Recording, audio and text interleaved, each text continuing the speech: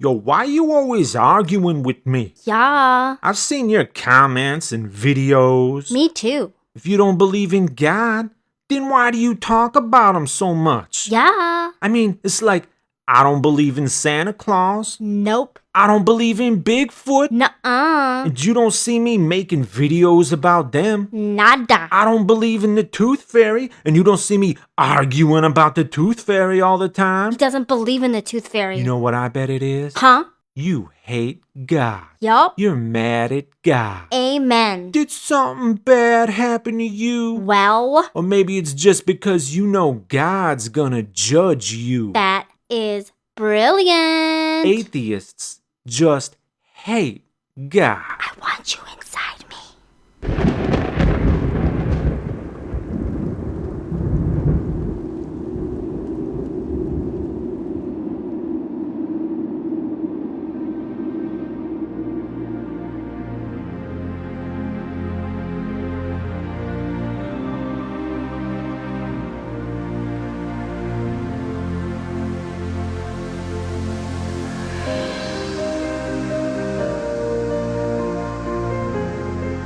As nature reclaims abandoned American homes, as our infrastructure crumbles and our science standards fall behind, 4,000 new tax-exempt churches spring up in America every year, not for the Tooth Fairy, but for this so-called God. There's hundreds of thousands of them, outnumbering schools, stores, restaurants, museums. These churches fill my neighbors' heads with notions of God, a God who's everywhere all at once, but they have to go to the church to give him money. Curious.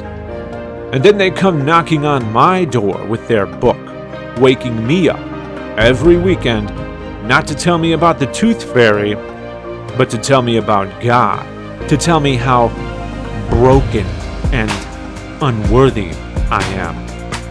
If all this were done in the name of the Tooth Fairy, might you have something to say about it? The book of this supposed God is the best-selling book of all time, not because people want to read it, but because it gets pushed upon everybody.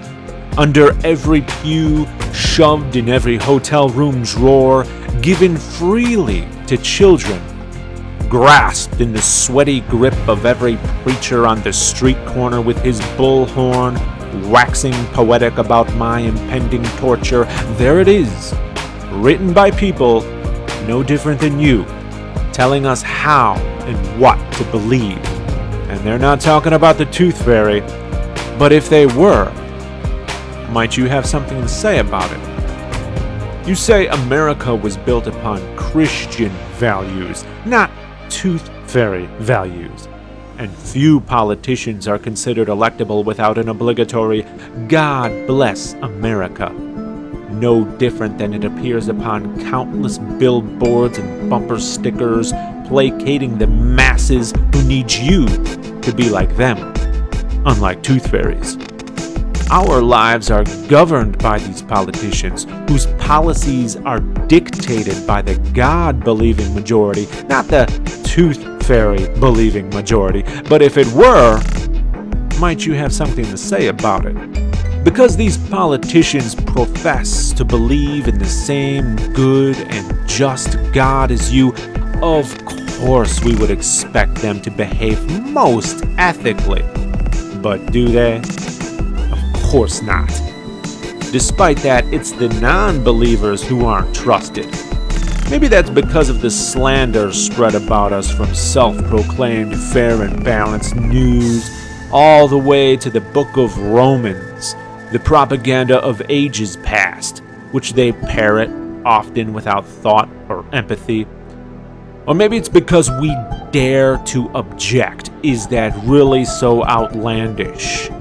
After all, if the situation were reversed, might you have something to say about it?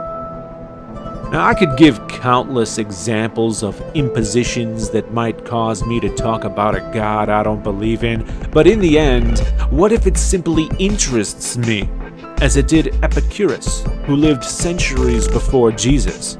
Not to mention the countless skeptics since who actually played a part in shaping the God you believe in through the desperate rebuttals they received.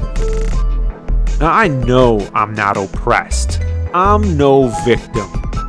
Maybe that's because I choose not to be.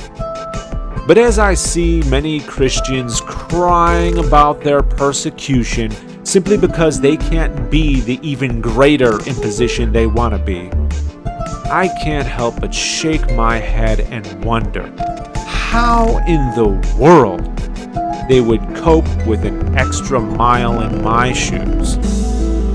Believer, I don't talk about God because I know He exists. I talk about God because I know you exist.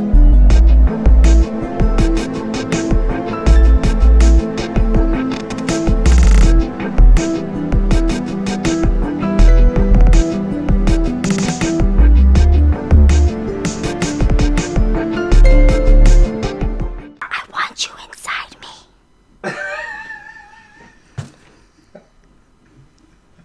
Okay.